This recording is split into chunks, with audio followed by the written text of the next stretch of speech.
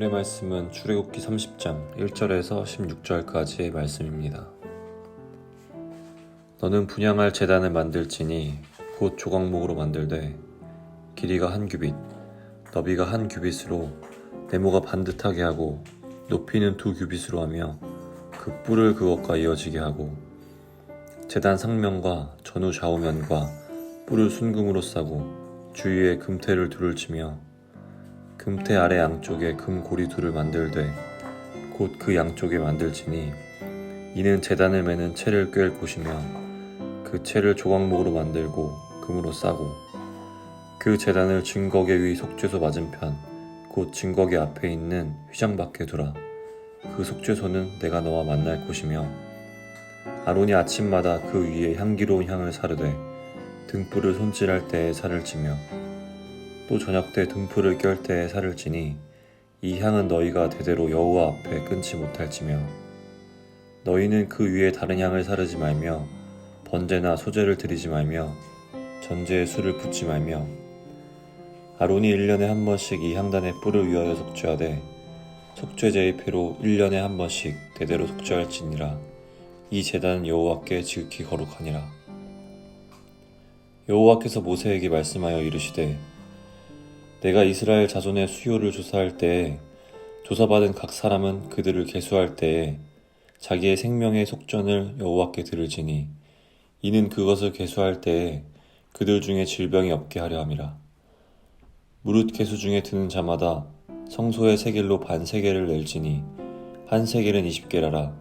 그 반세겔을 여호와께 드릴지며 계수 중에 드는 모든 자 곧 20살 이상 된 자가 여호와께 드리되 너희의 생명을 대속하기 위하여 여호와께 드릴 때에 부자라고 반세겔에서 더 내지 말고 가난한 자라고 덜 내지 말지며 너는 이스라엘 자손에게 속전을 취하여 회막 봉사에 쓰라.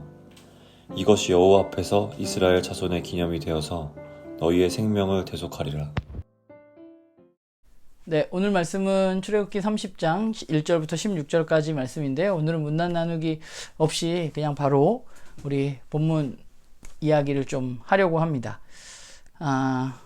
오늘 이야기는 분향할 제단에 대한 이야기인데요. 분향할 제단은 잘 살펴보면 번제단과 비슷한 모양을 가지고 있는 그것보다 좀 규모가 작은 단입니다. 그리고 오늘 본문에 보면 그 단 위에 아론은 매일 아침마다 향기로운 향을 피워야 하고 또 저녁에도 등불을 켤 때에도 그는 향을 피워야 합니다. 그리고 하나님은 그 향은 끊어지지 않고 대대로 계속해서 주 앞에서 피워야 할 향이라고 말씀하고 계시고 또한 그 향은 다른 향이어서는 안 되고 또 번제물이나 곡식 제물이나 제물을 거기에 부어서도 안 된다고 말씀하고 있습니다. 네, 이 분향할 제단의 위치를 보면요. 분향할 제단은 증거궤 위, 속죄소 맞은편 증거궤 앞에 있는 휘장 밖에 두라고 하나님은 말씀하셨습니다. 그리고 하나님은 그 속죄소에서 너를 만나겠다고 말씀하시죠. 그렇기 때문에 이 향은 결국은 하나님과의 만남과 저는 관계가 있다고 생각합니다. 하나님과의 만남을 위해서 아론은 이른 아침 저녁으로 향을 피워야 하는 것이죠.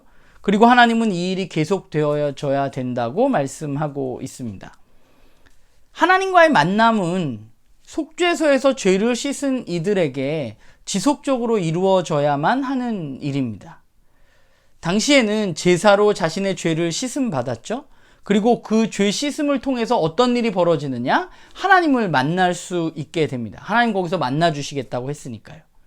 그리고 하나님은 이 만남을 굉장히 소중히 여기십니다.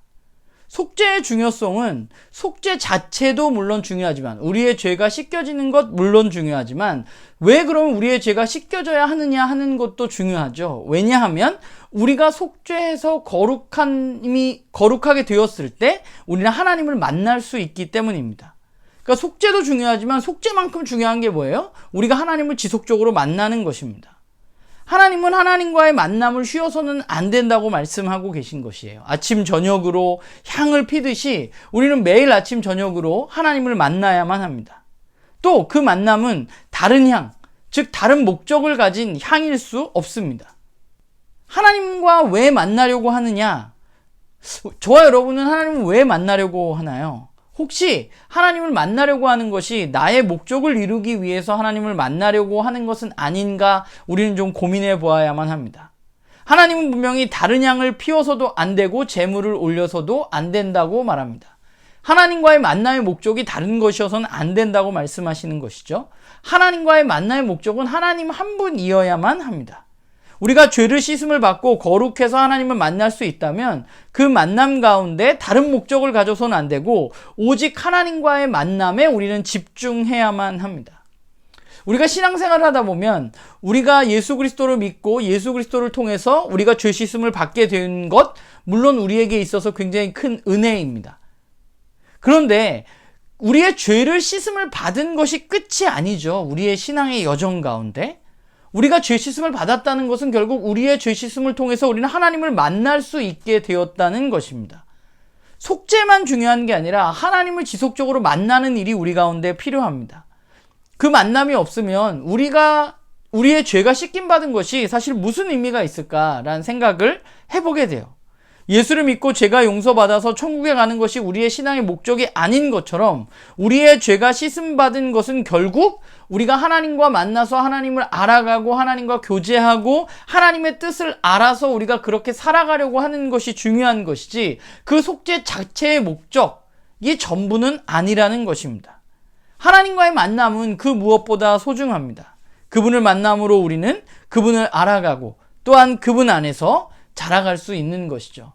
바라기는 저도 그렇고 여러분들도 그렇고 우리가 우리의 신앙생활 가운데 우리가 죄 씻음을 받은 게 전부가 아니라 우리가 죄 씻음을 받았다면 우리는 하나님을 지속적으로 만나는 일을 해나가는 저와 여러분이 됐으면 좋겠어요. 우리의 말씀 읽기 여정, 우리의 예배 이런 것들이 쉬지 않고 아침 저녁으로 우리가 십 얘기 많이 하는데 아침 점심 저녁으로 우리는 하나님을 지속적으로 만나고 살아가는 그런 우리 모두가 되기를 간절히 소망합니다.